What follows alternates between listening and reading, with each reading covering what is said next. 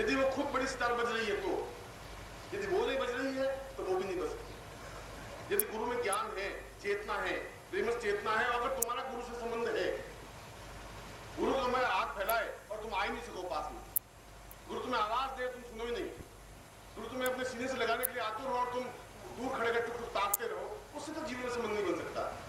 जीवन में संबंध बनने के लिए उस गंगोत्री को, उस गंगा को दौड़ करके जाना पड़ेगा। धीरे धीरे गंगा चलेगी, 10,000 साल तक भी समुद्र तक नहीं पहुंच सकती, और इतना तुम्हारे पास समय है भी नहीं। इतना समय नहीं है कि तुम 10 साल और इंतजार करो, इतना तुम्हारे पास भी समय नहीं है कि तुम 10 साल तक जीवंत गुरु को अपने अंदर रख सको। जीवंत गुरु आज है, साल बाद नहीं मिल सकते, 5 साल बाद नहीं मिल सकते। जितने क्षण हमारे सामने हैं उतने क्षण का अगर आनंद हम उसका उपयोग नहीं कर सके, फिर तुम्हारा जीवन चूक जाओगे, फिर जीवन में तुम्हारे ये कहने वाला कोई नहीं मिल पाएगा, फिर तुम्हारे जीवन में एक बहुत बड़ी अभाव रह जाएगा, इतनी बात नहीं कह पाएगा, इस प्रकार से अपने हाथ नहीं फैला सकेगा, इस प्रकार सीना चौड़ा करके तुम्हारे सामने खड़ा नहीं हो पाएगा, इतने प्रहार के साथ कह नहीं सकेगा, पंडितों को, पुरोहितों को, तुलसी को, वाल्मीकि को, सूर्य को, मीरा को नहीं बता सकेगा। उसके लिए उसमें पास ज्ञान चेतना होनी चाहिए, और उस ज्ञान को प्राप्त करने के लिए उसी मानसरोवर तुम्हें कूदना होगा जो मानसरोवर गुरु को बना हुआ है। गुरु का हृदय में अपने आप को छलांग लगानी होगी, अपने आप को उसमें मिल जाना होगा। अगर तुम खतरों से डरे तो तुम जीवन को प्राप्त कर नहीं सकते। जो खतरों से डर गया वो डूब गया, वो बीच में ही डूब गया, न इस किनारे पर रहा, न इस किनारे पहुंच सकता है। एक चैलेंज, अगर बीच सोचने लग जाए कि मिट्टी में मिलूं कि नहीं मिलूं, मिल जाने के बाद खत्म हो जाऊंगा, बच जाऊंगा, तो बीज कभी भी बरगद का पेड़ नहीं बन सकता। अगर वसंत ऋतु ये सोचे कि मैं चलूं और क्या फायदा होगा, दीवार से टकराने से क्या हो पाएगा, पेड़ मिलेगा कि नहीं मिलेगा, और फूल खिलेंगे कि नहीं खिलेंगे, तो वसंत ऋतु बन ही नहीं सकती। इस बात की चिंता नहीं करनी है कि क्या होगा। नदी जब चलती है तो अपने आप चलती है, छलछलाहट के साथ, मधुरता के साथ, नाचती हुई, झूमती हुई। नदी कभी ठंडी और लहर के बिना नहीं चलती। नदी को आपने नाचते हुए नहीं देखा, नदी प्रत्येक क्षण उसका प्रत्येक लहर अपने आप एक नृत्य है, इसलिए वो समुद्र से मिलती है, इसलिए उस नदी को हमने गंगा देवता कहा है, इसलिए उसमें स्नान करने से जीवन का एक पवित्रता का भाव होता है। तुम्हें नदी बनना है, एक विशाल समुद्र बनना है, पहाड़ की तरफ में आप में उत्तम हिमालय की तरफ बनना है। वो सब गुण तुम में है, चाहे तुम 50 साल के हो, चाहे तुम 20 साल के हो, तुम्हारे अंदर वो सब क्षमता है। मैं तुम्हारी उस क्षमता को पहचानता हूँ। तुमने ऊपर खोल बना रखा है, और इन 3 दिनों में मैं उस खोल को दूर करने की क्रिया करूंगा। 3 दिनों में तुम्हारा श्रेष्ठ रूप से तुम्हें परिचित कराऊंगा। आत्म साक्षात्कार जो प्रक्रिया है, हम अपने आप को पहचान सकें कि मैं कितना ऊंचा साधक हूँ। इससे पहले भी तुम्हें साधना की होगी, पिछले जीवन में साधना की होगी, 10 जन्मों तक तुमने साधना की होगी, वो साधना कहाँ चलेगी तुम्हारी?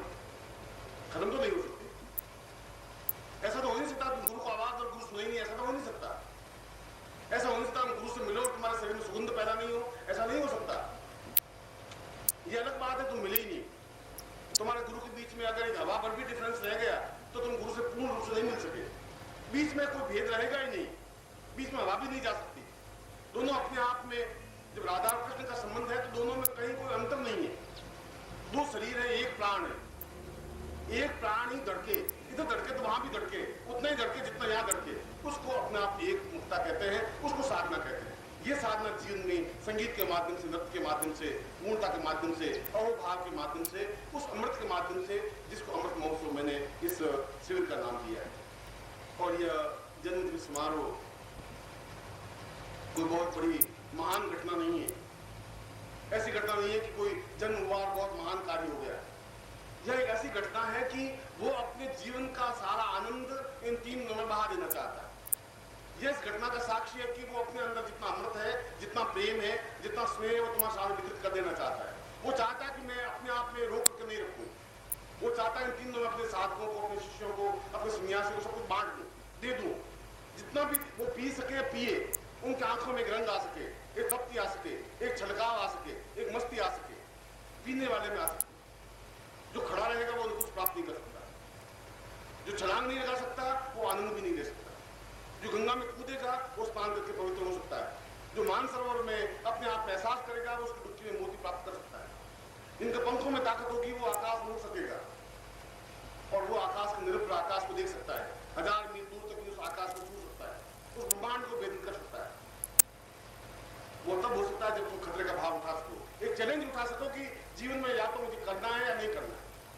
बार बार जीवन को प्राप्त करना, चूक जाना तुम्हारे जीवन की परिणति नहीं है। 1000 बार मैं कहूँ, 1000 बार तुम रुक जाओ, इस जीवन में आनंद प्राप्त नहीं हो सकता, उस जीवन नहीं हो सकता। इसमें दोनों ही क्रम मैं प्रारंभ करूंगा, साधना क्रम भी बंद भी कराऊंगा, उस प्रयोगों को भी करवाऊंगा, मगर मैं इससे भी ज्यादा तुम्हारा प्रत्येक, तुम चले तो नृत्य में चले, बोले तो संगीत में एकदम मधुरता के साथ बोले, बात करें तो एक मुस्कुराहट के साथ हो, ये तीन बड़े राग रंग के साथ हो, मस्ती के साथ हो, छलकते हुए हो, जिससे तुम्हारा प्यार है तुम्हारे हाथ में हो सके, मैं बहाऊं और तुम पी सको, मैं तुम्हें दूं और तुम ले सको। अगर मैं दूर तुम ले ही नहीं सके तो फिर जीवन का आनंद ही बेकार हो जाएगा, सब बेकार रह जाएगा। जन्म दिवस का तात्पर्य उस अमृत को एक एक घूंट देना है, प्रत्येक शिष्य में उतारना है, उंडेलने की क्रिया है, जिससे कि अगला जन्मदिन मिले नहीं मिले, कब मिले कैसा मिले, आप मेरे सामने होंगे नहीं होंगे, जीवन प्रतीक तो आपके सामने होगा नहीं होगा, कुछ कहा नहीं जा सकता। ये तो जितने क्षण हमारे हैं उनको हम पी सके, उस प्रत्येक क्षण को, एक एक क्षण को, 3 दिन में बहुत बड़ी बात होती है। एक जीवन का झटका, एक जीवन का आनंद, एक जीवन की मस्ती, एक जीवन का एक क्षण, जीवन की बहुत बड़ी बात होती है।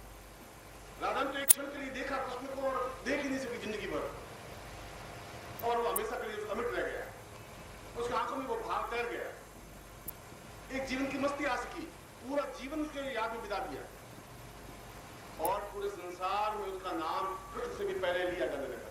कृष्ण तो बाद में लेते हैं, पहले राधा शब्द का उच्चारण होता है। रुक्मिणी का नाम नहीं आता, सत्यभामा का नाम नहीं आता, जो उनकी पत्नियां थी उनका नाम नहीं आता है, क्योंकि उसमें प्रेम तो था ही नहीं। जहाँ प्रेम नहीं है वहां विश्व विजेता नहीं प्राप्त हो सकती, जहाँ प्रेम नहीं है वह जीवन का आनंद प्राप्त नहीं हो सकता। जहाँ आनंद है, जहाँ प्रेम है, जहाँ मस्ती है, जहाँ एक दूसरे को समर्पित होने की क्रिया है, समर्पण। समर्पण का मतलब है आप और हम इक्वल खड़े होकर अर्पण करें। तो मेरे से दूर होकर अर्पण हो नहीं सकते, अपने आप को मिटा नहीं सकते, और जो मिटा नहीं सकते तो कुछ प्राप्त नहीं कर सकते। जो अपने आप को खो सकता है वो प्राप्त कर सकता है। तुम अर्पण ही नहीं करो तो अपने आप को जीवन को पकड़े हुए रखो, मैं तुम्हारे जीवन को खेचूं और तुम अपने आप में चुपड़े हुए बैठे रहो। मैं कहता हूं तुम मस्ती के साथ नाचना है, तुम हाथ बांधे हुए खड़े रहो, तो नाच नहीं हो सकता। हाथ बांधने से नाच नहीं हो सकता, हाथ बांधने से अर्पण नहीं हो सकता, हाथ बांधने से समर्पण नहीं हो सकता। समर्पण तो अपने आप को समाप्त कर देने की क्रिया है, फिर तुम्हारे पास तुम्हारा कुछ नहीं बचेगा, कुछ नहीं बचेगा, तो मैं अपने आप को सब कुछ तुम्हें दे दूंगा। ये मेरी गारंटी है, ये मेरा विश्वास है। तुम एक बार खड़े उठा के देखो, एक बार तुम एहसास करके देखो कि तुमने सब कुछ लुटाया और मैं सब कुछ दिया। एक बार इस बात को आत्मा ले, एक बार इस बात की परीक्षा हो जाए कि तुमने कितना लुटाया, मैं तुम्हें कितना दिया। तुम किसी आंख को पीछे नहीं रखते।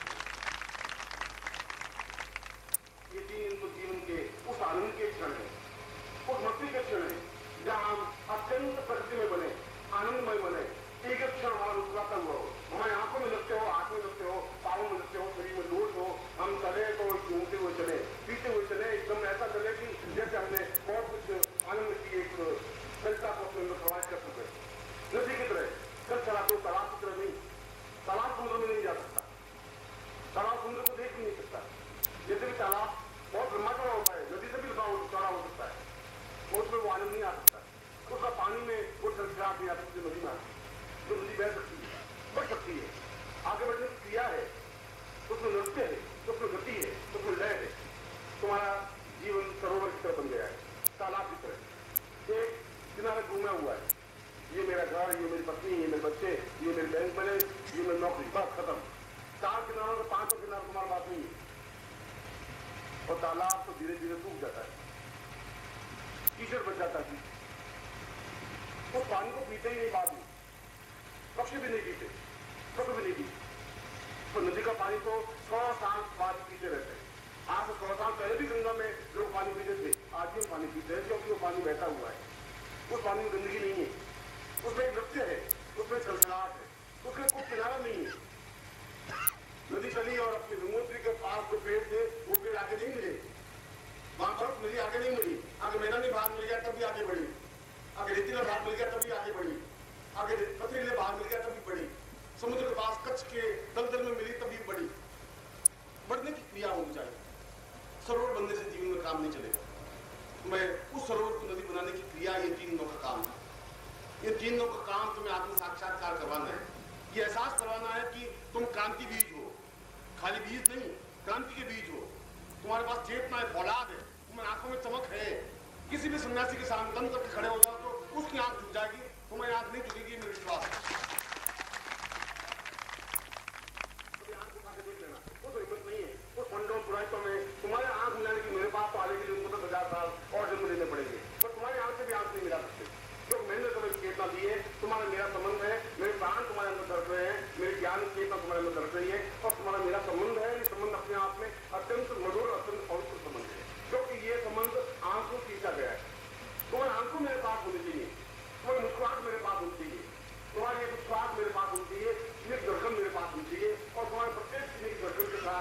संगीत बजा सकूं, नृत्य कर सकूं, मैं तुम्हारे सामने गा सकूं, ना सकूं, तुम्हारे जीवन में 3 दिन में अमृत बरसा सकूं और तुम अमृत चाहिए वो पी सको, ये जीवन की उपलब्धि होनी चाहिए, ये 3 दिनों का वैसे होना चाहिए। ऐसा ही मौसम मैं तुम्हारे सामने प्रस्तुत करने जा रहा हूँ। मैं आपको ऐसे बीमारी ने रस्सी मिला किया और घर चले गए, उसे तुम्हें कुछ मिल नहीं सकेगा, फिर तुम खाली हाथ चले जाओगे, मतलब फिर कहा तुम चूक जाओगे। और मेरे एक प्रवचन में 40 बार अगर चूक जाओगे शब्द है तो मैं 40 बार सोच समझ के शब्द का उपयोग कर रहा हूँ। चूकना नहीं है, चूक गए तो तुम्हें कुछ मिलेगा नहीं। अगर जीवन की तो सदी मिल पाए तो नहीं मिल सकता तुम्हें, इन 3 दिनों में नहीं मिल पाया तो 3 साल तक तुम्हें कोई देने की क्षमता नहीं कर सकता, किसी में हिम्मत नहीं है तुम्हारे दे सकते। इसलिए साधना में तुम्हें बनना जरूरी है। कई प्रयोग ऐसे मैं कराऊंगा जिसमें केवल साधकों को ही होंगे, सैलानी को नहीं हो सकते। अगर तुम्हारा भावी साधक का नहीं बनेगा तो फिर सैलानी बनकर के कैसा हो सकेगा? सैलानी में बनाओ तो बनना है। जहां मैं तुम्हें नृत्य करने को कहूंगा तुम्हें नृत्य करना है, जहां तुम्हें साधक बनाना है, जहां तुम्हें आत्म साक्षात्कार कराना है, जहां तुम्हारी गुणी जागृत करनी है, तो तुम साधक बनोगे। साधक का स्वरूप होगा तुम्हारे पास बिल्कुल ऊपरी वस्त्र नहीं हो, बनियान पहन करके ऊंचे पूछे बैठे हुए हो और अपने आप में डर रहे हो, घबराहट रहे हो कि मेरा सीना दिख जाएगा तो क्या हो जाएगा, तुम ऐसा कोई बड़े हो क्या? तुम्हारा लक्ष्य स्थल है, तुम्हारा सौंदर्य है, अपने आप में तुम खुद सौंदर्य से परिचित नहीं हो और फिर तुम साधक तो नहीं है। अगर साधका के नाम में साधक के रूप में नहीं है तो फिर तुम्हारे जीवन का जाने का कोई क्रम भी नहीं, फिर तुम्हें कोई फायदा नहीं है। अगर तुम झूठ बोलोगे, छल करोगे, तुम अपने आप के जीवन को ही छोड़ोगे, मुझे जीवन को नहीं छोड़ पाओगे। मुझे तुमसे प्रत्येक से परिचित हूँ, तुम कहाँ चल कर रहे हो ये मुझे मालूम है, कहाँ झूठ बोले ये मुझे मालूम है। यहाँ पर तुम्हें उसी झूठ का सहारा लेकर के चलोगे तो अपने घर तक उस झूठ की डोरी के सहारे चलोगे। जो कुछ साधकों को देने जा रहा हूँ वो सैलानी को नहीं दे सकता, संभव नहीं है। तो पात्रता तुम्हारी तभी बन पाएगी जब मैं प्रत्येक उस व्यक्ति के उस मस्तिष्क को प्रहार करूंगा, अंगूठे से तभी तो उसकी एक आज्ञा चक्र जागृत होगा और मैं गारंटी के साथ आज्ञा चक्र जागृत करूंगा, गारंटी के साथ सहसा चक्र जागृत करूंगा। इन तीनों मंदिर अभी सिद्धियों में और मंत्रों में मुझे ताकत नहीं है कि मैं आज्ञा दूं और मंत्र रुक जाए करे, ऐसा नहीं हो सकता। अभी व्यक्ति सिद्धि को आज्ञा दूं और सिद्धि में इतनी क्षमता नहीं है कि मैं कहूँ वो तुम्हें वरमाला नहीं पाया या तुम्हें वर्ण नहीं करे, ऐसा भी संभव नहीं हो सकता। उनको मेरी बात टालने के लिए अभी तक 1000 साल और जिंदा रहना पड़ेगा, कब हो पाएगा। और तुम कभी कभी पहचानोगे उस व्यक्तित्व को जो तुम्हारे सामने बैठा है, तब तुम अद्भुत हो सकोगे, तब तुम्हें एहसास हो सकेगा कि जीवन अपने आप में कितना एक महान व्यक्तित्व मेरे सामने है, तब तुम उसकी पहचान हो सकेगी। इन छोटी सी आंखों से तुम नहीं पहचान सकती, जिन आंखों से तुम खंबा नहीं दे सकते, उन आंखों से व्यक्तित्व को पहचानने के लिए क्षमता तुम्हारे पास नहीं है। मगर जिस दिन तुम पहचान लोगे उस दिन तुम्हें बहुत बड़ी उपलब्धि हो जाएगी और वो आत्म साक्षात्कार के द्वारा ही संभव हो सकता है। तभी तुम्हारे आंखों से ये चरण पूजे जाएंगे, तब इन चरणों को कुछ नहीं चढ़ाओगे, फिर आंखों का हाथ चढ़ाओगे, फिर तुम्हारा हृदय की धड़कन बिछाओगे, मैं चलूंगा तो अभी फूल नहीं बिछेंगे, तो धड़कन बिछेंगे, भाग करता हुआ जाऊंगा, उस दिन जीवन का आनंद आएगा, उस दिन जीवन की मस्ती आएगी। इसलिए साधक के रूप में हम बैठे हैं और आनंद के साथ बैठे, उस साधना को समझाएं वो करें। मैं बीच में भी आखिर के तुम्हारी आगे चक्र को प्रत्येक को साधक को जो साधना भाग उसके आगे चक्र को जागृत करूंगा। नमस्कार। अगर आप सद्गुरुदेव डॉक्टर नारायण दत्त श्रीमाली जी के दीक्षित हैं या फिर आपके पास उनसे जुड़े हुए कोई भी अनुभव है तो नीचे दिए गए हुए नंबर पर वीरल पटेल जी को मैसेज कीजिए या फिर फ़ोन कॉल कीजिए और अपने अनुभव ज़रूर शेयर कीजिए। डॉक्टर नारायण दत्त श्रीमाली जी के आत्मकथा का संकलन करने में मदद करें। धन्यवाद।